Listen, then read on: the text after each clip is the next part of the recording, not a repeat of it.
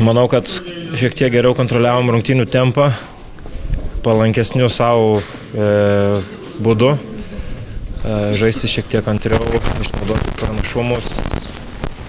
Labai buvo prastai pirmoji pusė, kad nekontroliavom gerai tempo ir skubėjom ir klaidų padarėm.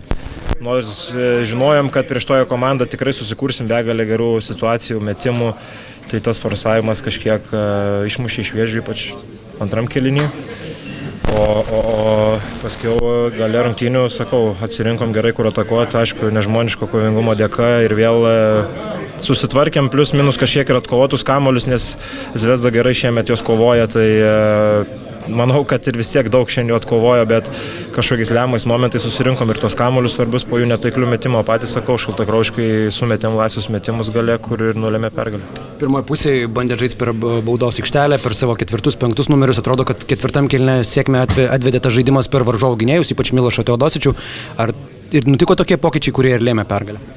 Taip, turėjom momentų, kur reikėjo suatakuoti tuos mismečus, pritraukus pagalbas, išsimėtyti gerai perdavimus, pasikartosiu, neforsuoti, ne iš pirmo situacijos, o kantriau ir iš antros ir iš trečios, tai matėm, kad ir Breidis gale pagaliau sulaukė savo progų, nes buvo įžaistas gerai kamuolys, o pradžioje, kai visi kažkiek forsavo, tai nesigavo nei tie neparuošti, daug neparuoštų metimų ir sakau, buvom neritme visiškai.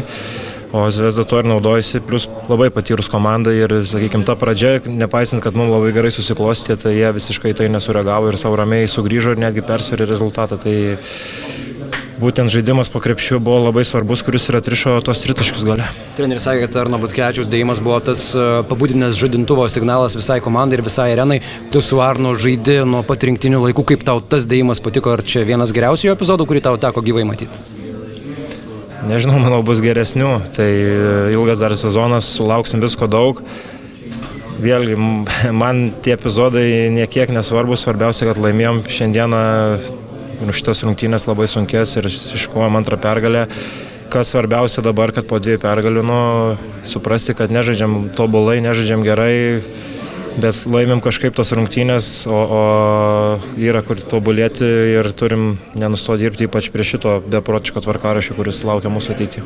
Praėjusiame sezone daug rungtynių pabaigų buvo žaista per tave, per Keenaną Evansą, dabar įsitraukė ir kiti orkestro dalyviai. Tai sakyk, ar tai parodo tokį kitokį Žalgirio veidą, kad ketvirtajame kėlinyje pas jūs dabar gali imtis ir daugiau žmonių iniciatyvos, kaip yra?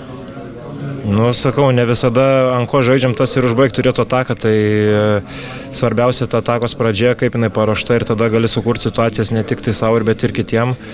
O jau gale, tai žinot, prie lygaus rezultato, ypač Eurolygoje, tai bet kurią pusę gali nusvirti tos svarstyklės. Tai galbūt kažkiek 1% daugiau, jeigu žaidi namuose, nes vis tiek palaikymas visą kitą, kuris dar papildysiu, buvo fantastiškas. Tai tos rungtynės galėjo eiti bet kurią pusę, bet už kovingumą 10 balų ir buvom verti, džiaugiuosi už komandos draugus.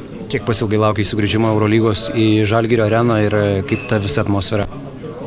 Laukiu daug, bet laukiu ir su neramumu, nes, sakau, žaidimas pastaruoju metu ir Lietuvos lygoje nėra labai geras, tuo pačiu ir Eurolygoje. Prie tokių varžovų, prie tokios patirties turim būti geresni, tai laukiu su neramumu, bet tuo pačiu ir buvau labai pasilgęs šitos atmosferos, kuri yra Žalgirio arenoje.